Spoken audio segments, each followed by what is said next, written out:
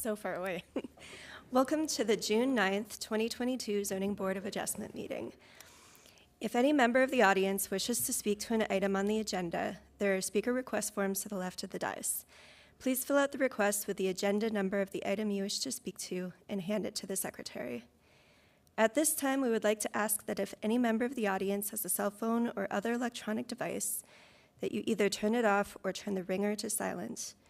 If you need to take a call, please step out to the hallway so the meeting is not disrupted.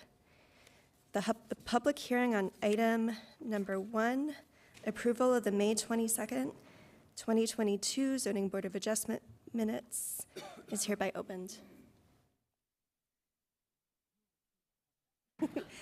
Karen made a motion to approve and Mike seconded. Any discussion on that motion? All those in favor, please say aye. Aye. Aye. Opposed? All right, motion carries. Item 2.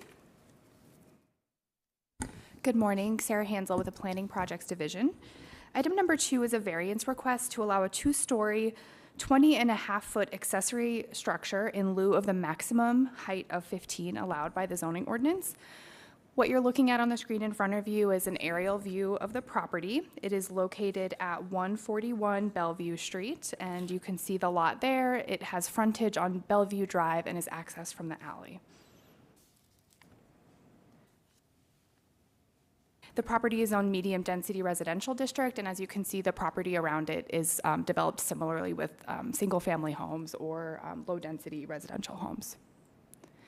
This future land use of the property is urban neighborhood. And it's located on Bellevue Drive, which is a local street on the city's major street plan. This is a site plan of the property showing the existing development. There is a 1,220 square foot single family home, and there is no existing garage on the property. One thing to note about this site that you may have gathered from the aerial view, but maybe not, is that there is topographic change on the site. It does slope from the north to the south. And here you can see the location of the proposed garage, which would be accessed from the alley. And as I did note, it's proposed to be 20.5 feet and 2 stories.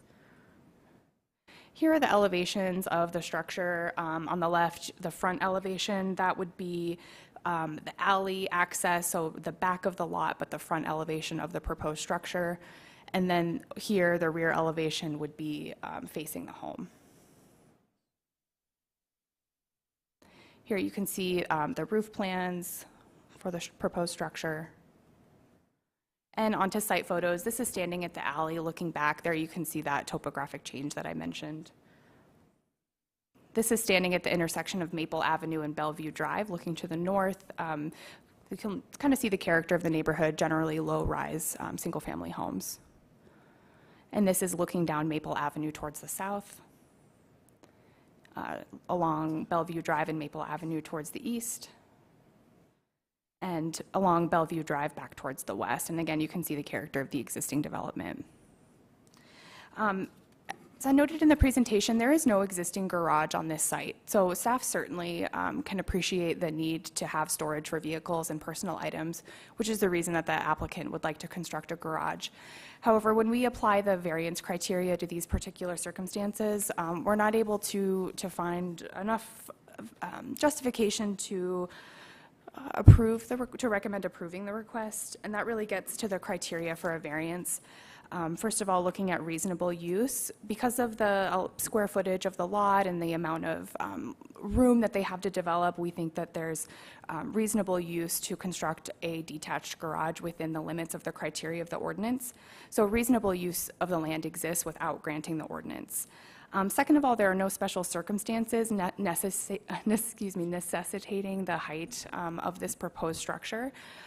There is that topographic difference on the site, but that's not something that's requiring such a large or tall structure.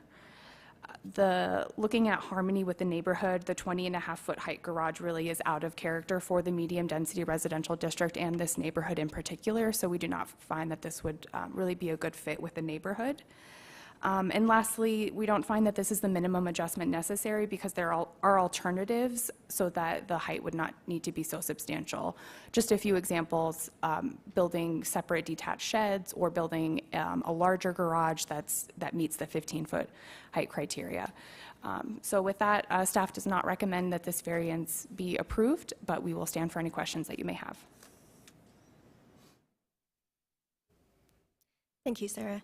I don't have my my lights up telling me who is requesting to speak.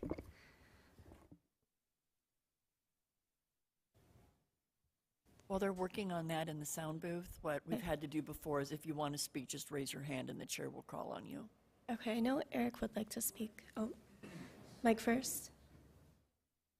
Thank you, Madam Chair. The intent, and I guess maybe this is for, I don't know who wants to answer it, but isn't the intent to not have the height over what existing buildings? It seems like in this case, it's not, it's more like it's putting a basement into the, because it looks like the height is the same height as buildings around it. I can take that question, Mike. It's a good question. The way that we measure height is from the ground elevation to the median of the distance between the peak and the eave. And we apply that same height measurement in every context. And so what you bring up really speaks to how well does it blend in with the neighborhood, because from the front of the lot, from their front door, it may have the appearance of a single-story garage. However, the impact also exists on the other side of the alley into other areas in the neighborhood. So it may feel like a one-story or approximately 15-foot height garage looking at it from the front, but from the back or from other parts of the neighborhood, it really will have a very large massing that will stick up a lot higher than the area around it. In the back, if I look at this picture, and I guess I'm a little confused by that, I don't know how what's behind on this picture, what's behind that? Isn't there a hill along the back side of the house? I'm going to go to the aerial view so that we can look at it from that angle. So this would be the back, and then here's an alley, so you have additional single-family homes behind it. Okay. Madam Chair, if I could just, I think that is a wonderful comment, Mike. And it's something that you on the Zoning Board of Adjustment have tried to preserve throughout the community. We do have two-story accessory structures that are grandfathered in. Primarily, they were annexed in. And they change the character of a neighborhood when you've got a two-story garage or some other accessory structure. I think Sarah did an excellent job pointing out in her presentation that in this case, it really is influenced by the fact that there aren't, these are surrounded by single-family home or single-story homes. So it would be even more noticeable. When we looked at those factors, along with the fact that if they wanted to do storage, and that's what they're saying they want to do, in the loft they want to do storage, they have room on this property to expand the footprint of the garage, to put that at one story, or to do a standalone shed. And so it just didn't seem to be the minimum adjustment necessary, and we couldn't support the request. And I guess that's to my point. They could put almost a shed right alongside of this, and they'd have the same basic feature. By doing that, it wouldn't necessarily be on top of the garage, but it would be, it would do the same thing to the, it would look almost the same. That's what I see in my mind. So I'm a little, I don't know if I. Madam Chair, we've noticed the applicant is not in the audience, and that's somewhat confusing to us. So as you guys are considering this, one option may be that you want to continue this to see if something's occurred that he couldn't attend, since staff is recommending to deny. I guess I would recommend continuing.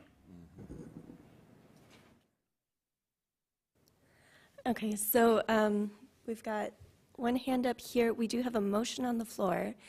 So normally after you make a motion, there's either a second or a not.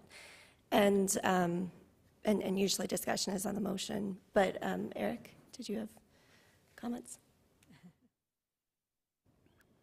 Thank you, Madam Chair.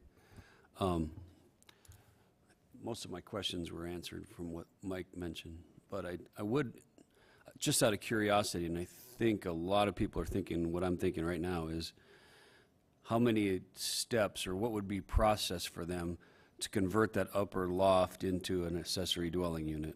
Is that, it looks kind of like that might be a possibility. What then additional steps would be required to do that? Madam Chair. Sure.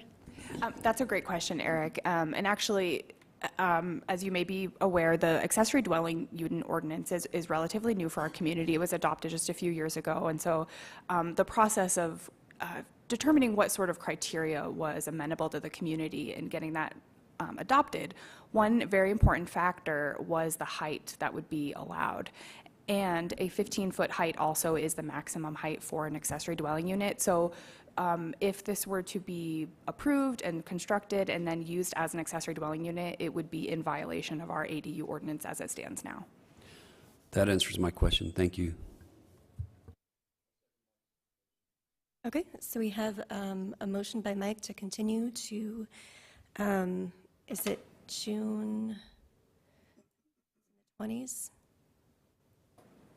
So our next meeting would be June 23rd. June 23rd. And then a second by Vince. Any discussion on the motion? Oh, okay, John? Did we get any feedback from neighbors on this? There are two neighbors in the audience. They have not submitted speaker request forms as of yet. Oh, I'm sorry. I have a speaker request form that just popped up a couple minutes ago. This is agenda item number 2. I'm assuming it's zoning board. Is it zoning? Okay. Then we don't have any speaker requests. There's one of your neighbors. All right. Do you mind? No, go ahead. Please identify yourself and your relationship to this item. Bill Evans. I'm the alderman for Ward 2, and I actually live about 2 houses to the east of this. And ironically, my house is built sort of as a, well, it's the only 2-story house in several blocks. It was the house that Sheldon Reese, who built the whole neighborhood, all of Star Village, all the officers' housing was. Sam Bober lived there for many years. It's a really lovely home. And when I bought it back in '95, it was advertised as a formerly prestigious location. And at that time, I think there were 4 department heads for the city that lived on that street, including Bonnie Hughes and Burt Reed and everything. So it's a nice neighborhood. And I'm rather really happy to see that people are willing to invest some money in the neighborhood. Now, there are a couple inaccuracies in the description. Most of those houses did have a garage at one time. They were converted into living space. And her house was, for instance. I mean, they've added on and stuff. And so originally they did have garages, and all the houses to the south do have alleyways, and a lot of them have built, you know, accessory garages on there. Now, I went out this morning and I measured that adjacent garage in the next door neighbor's house. That goes up to 15.5 feet. So this would tower 15 or 5 and so feet above that one, which is maybe a bit much. And I looked at the design, and as an architect, I would think, well, you know, if you put a hip roof on that matched the neighborhood and everything, that would diminish the mass as well and everything. And I was a little confused by the requirement for these 9-foot ceiling heights and everything, which to me is, you know, maybe unnecessary. In my own house, I know that my basement floor is only 7.5 feet, and it sort of works, although a tall guy gets a little claustrophobic in there. So I think maybe with some modifications to their proposal, it might not really be a detriment to the neighborhood. In fact, it might augment the neighborhood quite well, but I think they need to modify a little bit, be a little more sympathetic to what's going on around them and everything. But I'm happy to see that there's a resurgence in kind of restoring some of these houses that for many years were rentals and got a little bit deteriorated. So I just thought maybe in a different incarnation come back and be something you'd approve. So, thank you. Thank you. And do we have any other comments from either Planning Commission or staff or audience members on this item? All right. So the motion on the floor is to continue this item to June 23rd, to give the applicant time to actually be in attendance and answer some questions. All those in favor, please say aye. Aye. Opposed? All right, it's unanimous. Do we have any staff and zoning board of discussion items? Nope. All righty, we will move on. Oh, yeah. Thank you, Karen. Okay, so we need a motion to adjourn the zoning board of adjustments. All right, so that is Vince and Mike, and it is 7:16.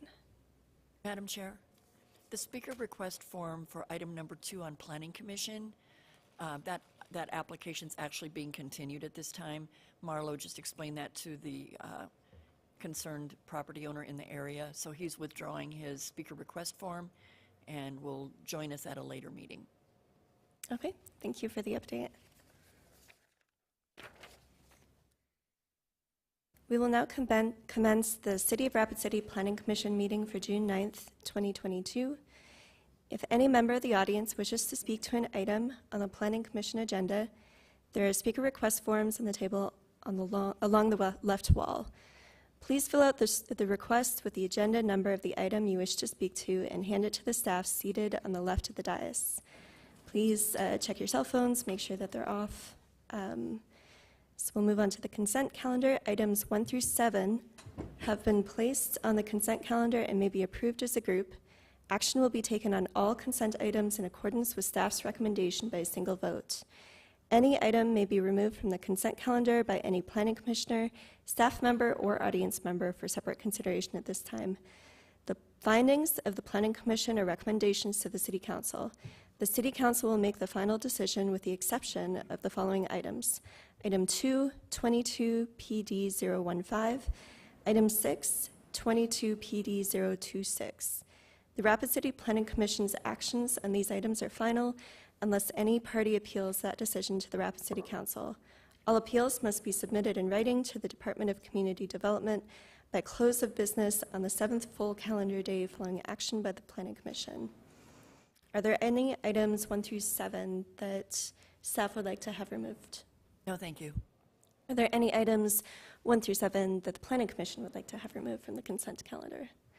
Are there any items 1 through 7 that the audience member, any audience member would like removed? All right.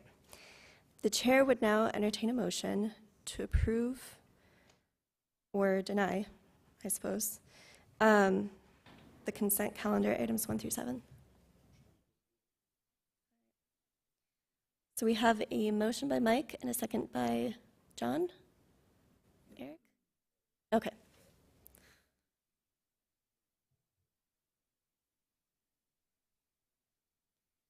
Is there any discussion on the motion? All right, all those in favor, please say aye. Aye. Aye. Opposed? All righty. Item 8.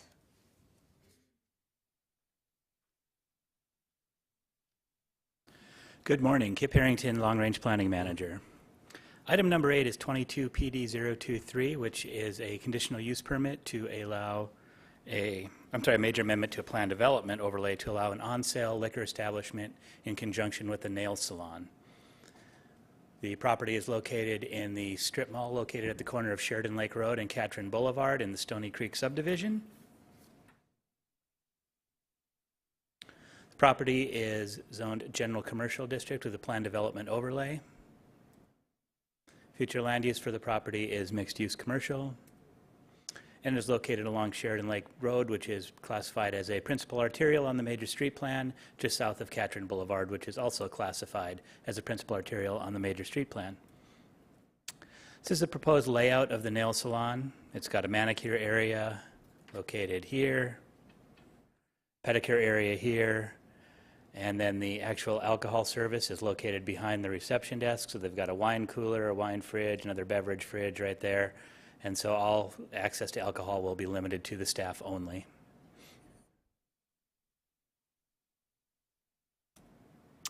This is a proposed site plan or proposed sign plan for the property showing the proposed sign on the actual strip mall itself. It'll be called Polished Nails and Spa. And here is a site plan as well of the entire property. It is located approximately right here on this suite. It is important to note that there is a developmental lot agreement between the two structures on the two different properties to allow shared parking between the two properties. And some site photos showing that the sign has been placed on the property, and the conditional use lawn sale liquor sign has been placed as well. This is looking north along Sheridan Lake Road towards the intersection of Catron Boulevard. Looking south along Sheridan Lake Road in front of the property. So this is pretty common in our community these days. A lot of nail salons are going with on-sale wine and beer. Again, it's to be served to their customers only while they are having services at the establishment. It will not function as a bar. People will not be coming in just to have a drink. It is, again, for the clients of the nail salon and spa only, and all access will be regulated by the employees. And the applicant is here in case you have any other questions. And I am available for questions as well. And with that, staff recommends approval, with the stipulations as noted in the staff report. Thank you, Kip. Do we have any comments on this item from the Planning Commission, since I don't have any lights? All right. We have a motion to approve by Vince. Karen seconds.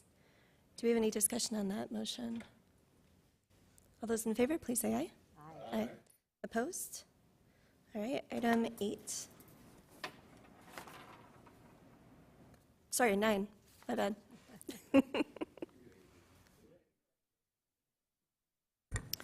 Good morning, Marlo Capsa, current planner. Item 9 is a conditional use permit request to allow a temporary structure to be placed within the flood hazard district. This is located on the Canyon Lake Park property. This structure would also be located within the 100-year floodplain. Would like to note that a floodplain development permit has been obtained by the applicant. The property is located south of Jackson Boulevard along the west shore of the lake. The property is zoned flood hazard district. And as noted, any structures within the flood hazard district must be, a conditional use permit is required for any structure to be placed within this zone. Future land use designates the property as Parks and Greenway. And Jackson Boulevard is classified as a principal arterial on the city's major street plan. This is an example of the site. So as you can see, the tent will be located, it's a 4,000 square foot tent to be located just east of Canyon Lake Resort. The event will be held in conjunction with the resort. It's going to be a fundraising event for the Performing Arts Center of Rapid City to be held July 23rd from 5 p.m. to 10 p.m. The tent would be constructed the morning of July 22nd and be removed from the site by the evening of July 24th. There is an approved emergency plan on file with the city. This is a view from the tent to be used. This is at a different location, but this is the tent that's been used at past events. The stipulations of the CUP do require that all applicable permits, including a temporary use permit and special events permit, be obtained prior to the event. This is a view of the property looking to the east, and right in this area is where the tent would be placed. A view looking to the west towards Canyon Lake Resort. A view looking south along Shore Drive. And a view looking north towards the intersection of Chapel Lane and Shore Drive. Proper signage was posted on the property, and staff has reviewed the conditional use permit to allow a temporary structure in the flood hazard zone and has found that it complies with the comprehensive plan, and as such recommends approval of the CUP with the noted stipulations. Thank you. Madam Chair? Yes, Vicki? If I might, this is an area of the park that you have reviewed several conditional use permit applications to allow temporary structures over the years. We are working with the Parks and Rec Department to see if they can come in with a master plan that would allow uses within this area when all of the stipulations are met, as Marlo described to you today. They have a floodplain development permit, they have a special event permit, they have a temporary use permit, they have an evacuation plan on file with the city, emergency weather radio in place, etc., so that you don't continually see these on an annual basis. It would just be an area that would be allowed. It would then be mandated by the Parks and Rec Department, city building services, and Public Works floodplain coordinator as to the actual orchestration of it. But for today, we're here again bringing this forward. This is very similar in what you've done in the past for this area. It is important to note that the temporary use permit is required because we actually inspect while they are constructing the tent to ensure that it is secured soundly, but that it also can be removed quickly if need be. Thank you, Vicki. Do we have any comments on this item? Or any motions? All right. Mike made a motion to approve. Even seconded. Do we have any discussion on that motion? No? All those in favor, please say aye. Aye. Opposed? All right. Item 10.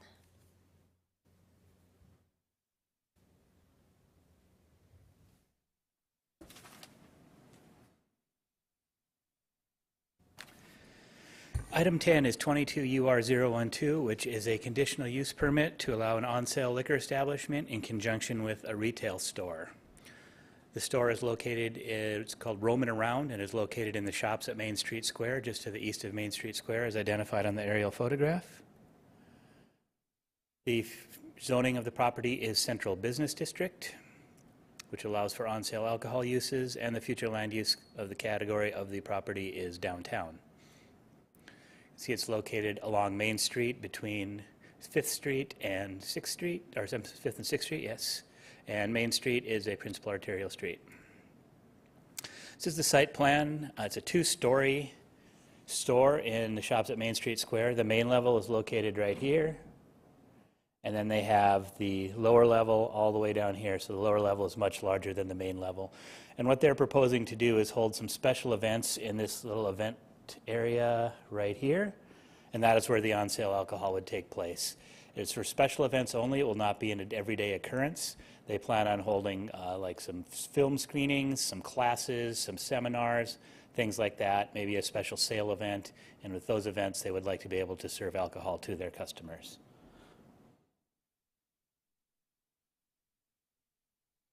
Here's some photos of the property showing that the on-sale liquor sign was posted. And this is on Main Street looking to the west. On Main Street looking east towards 5th Street. Again, it's in the Shops at Main Street Square. There have been on-sale liquor establishments located in that building before. It is a special event only on sale. Again, not open to the general public, only when they have a specified event at the property. The applicant is not in attendance, but I'm happy to take any questions. And staff does recommend approval of the conditional use permit with the stipulations as outlined in the staff report. Thank you, Kip. Do we have any comments or? Alrighty, Eric, was it Vince who seconded? Yes. Okay, awesome, thank you. I'm sorry, does staff have any comments on this at all? No? Okay. Alrighty, any discussion on the motion to approve number 22 UR 012?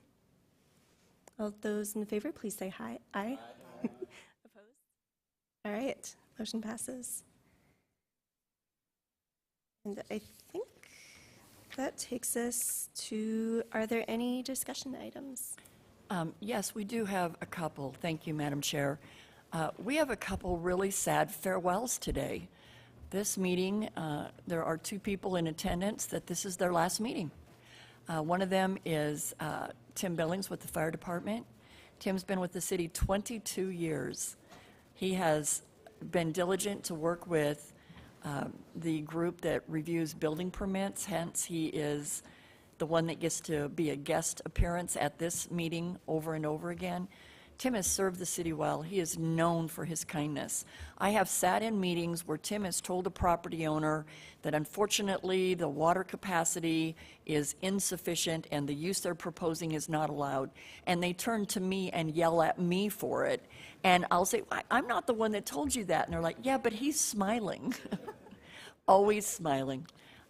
It is with great regret that we are losing him, but we are very happy to know that he's earned retirement. And if you don't mind, Madam Chair, Tim, could you just share with us a little bit about what that retirement's going to look like? Well, I think the first phase will be simply to close the gate on our property and kind of enjoy sitting around. My wife sold her business and sold our building down in Custer, so we're going to have to spend a little bit of time with our grandkids and just kind of enjoy life for a while. So thank you for the kind words. I have to say that it is a bit bittersweet. I love what I do. This is an incredible community. I've seen a lot of changes. It's offered incredible opportunities for me and my family. And so I've thoroughly enjoyed working with this group and all of city staff. We have really overall an incredible group of developers, builders, citizens, public servants. We're all working towards a common goal of making this place the best we can. And we certainly see that. Rapid City Fire Department is noted across the country for its accomplishments and achievements. From a fire protection standpoint, we are second to none.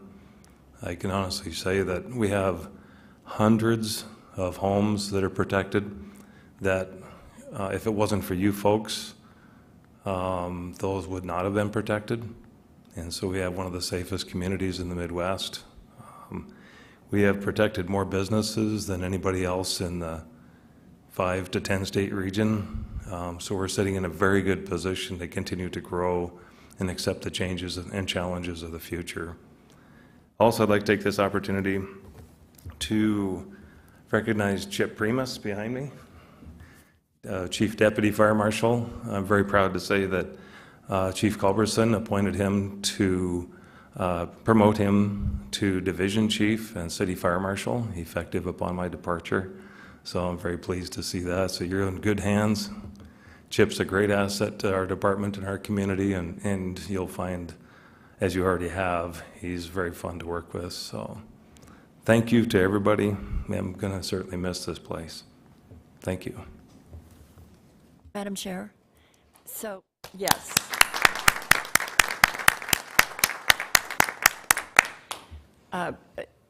The fire department was wise enough to bring Chip on board early. Probably and gratefully, Tim gave a heads up, I'll be leaving.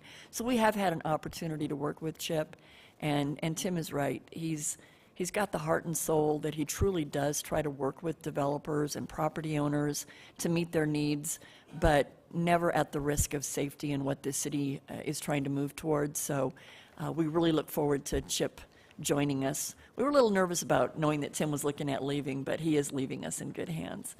The other one leaving today, if you haven't already heard, is our Vice Chair, Rachel Caesar. This is her last meeting, and it is with great sadness that we see you go. You've been remarkable as a member of the Planning Commission. We haven't always agreed with you from a staff perspective, but even when we don't agree, you do so with such grace and elegance that it's refreshing. And if every person that sat on a board had the composure that you bring to the event each and every day, it would make our process and our jobs so much more enjoyable. And so for that, we are very, very grateful.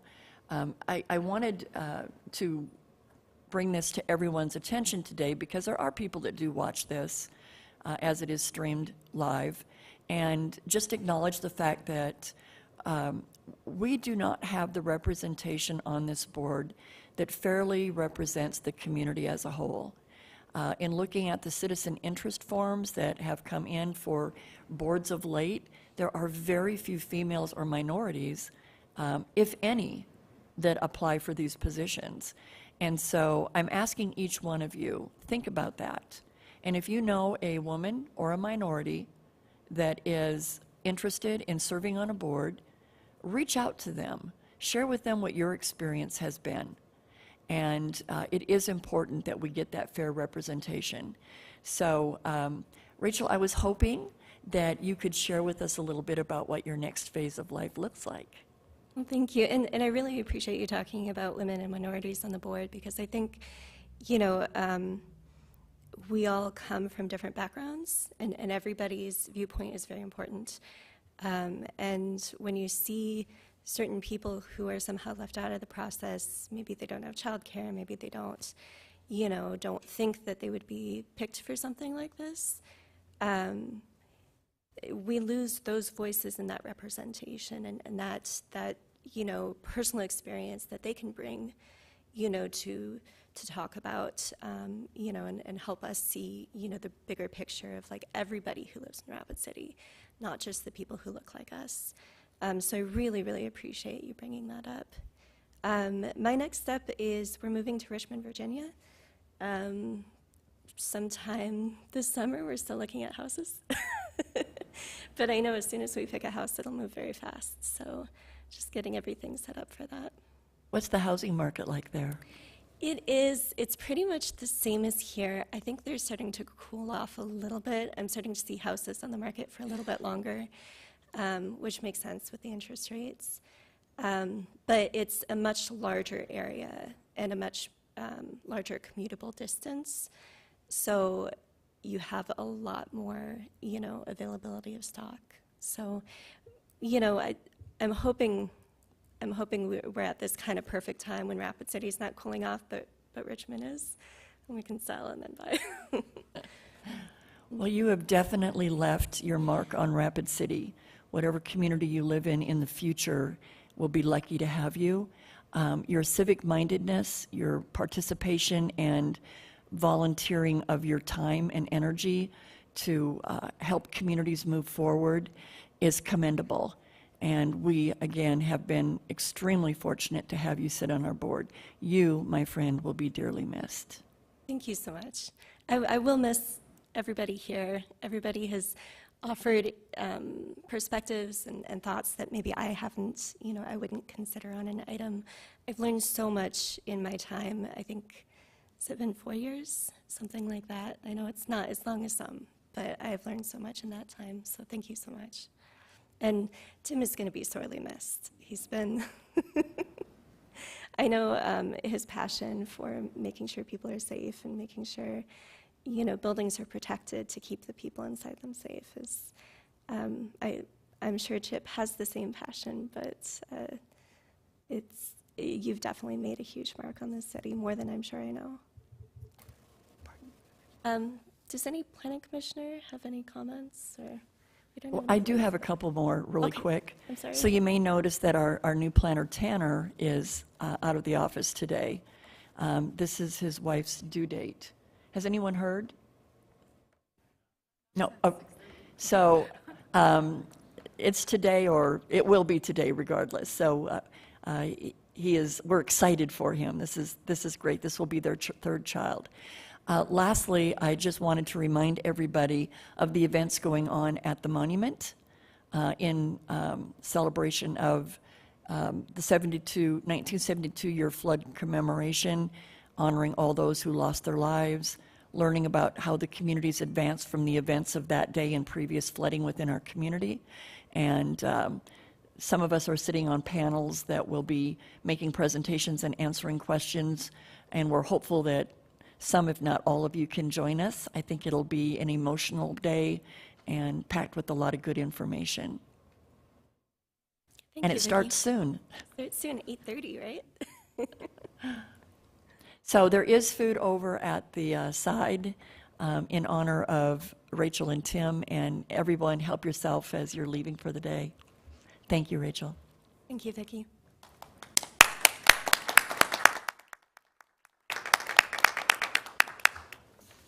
Okay, do we have any planning commission items for discussion? No? Okay, Vince. You know, and actually, you know, Rachel, going to miss you, because one of the smartest things I ever did was when we were electing officers was I nominated you, and I'm pretty proud of that moment. And the other thing is that if there was a firefighter, it's got to be Tim, because one of the things that my son used to be a firefighter in the city, and the first thing that happened when my son left is that Tim came up to me and said, "How's your son doing?" So he cares about every one of those firefighters out there, whether they're here or across the nation or across the world. Thank you, Tim. Thank you. Going to miss you. Anyone else? All right, got a motion to adjourn?